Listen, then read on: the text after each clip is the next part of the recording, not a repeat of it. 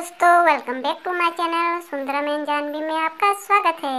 तो आज का स्टोरी है तीन चोर। चलिए बिना देरी के वीडियो को स्टार्ट करते हैं। बहुत दिनों की बात है। किसी शहर में रमन, गीसा और राका तीन चोर रहते थे। तीनों को थोड़ा थोड़ा विद्या का ज्ञान था। तीनों चोरों को विद्या का ज्ञान प्राप्त होने के कारण बहुत घमंड था। विद्या द्वारा तीनों चोर शहर में बड़े बड़े लोहे की तिजोरियों को तोड़ देते थे और बैंकों को लूट लिया करते थे। इस तरह तीनों चोरों ने शहर के लोगों की नाक में दम कर रखा था।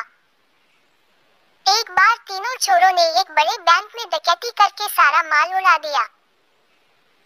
तब पुलिस को खबर हुई तो तीनों चोरों को पकड़ने के लिए तलाश करने लगी, मगर तीनों चोर पास ही के एक घने जंगल में भाग गए। तीनों चोरों ने देखा कि जंगल में बहुत सी हड्डियां बिखरी पड़ी हैं। रमन ने अनुमान लगाकर कहा, ये तो किसी शेर की हड्डियां हैं।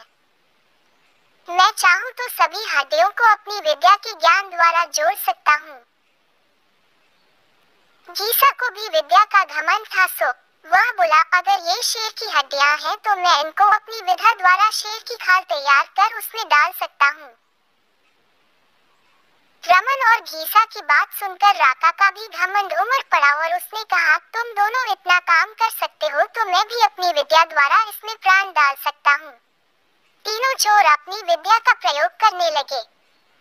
कुछ देर बाद रमन ने सारी हड्डियों को जोड़ दिया और गीसा ने शेर की हुबहू जान डाल दी। थोड़ी देर में तीनों चोर सामने एक जीवित भयानक शेर को देखकर थर-थर कांपने लगे, मगर शेर के पेट में तो एक दाना नहीं था। वह भूख के मारे गरजता हुआ तीनों चोरों पर हमला कर बैठा और मारकर खा गया। शेर मस्त होकर घने जंगल की ओर चल दिया।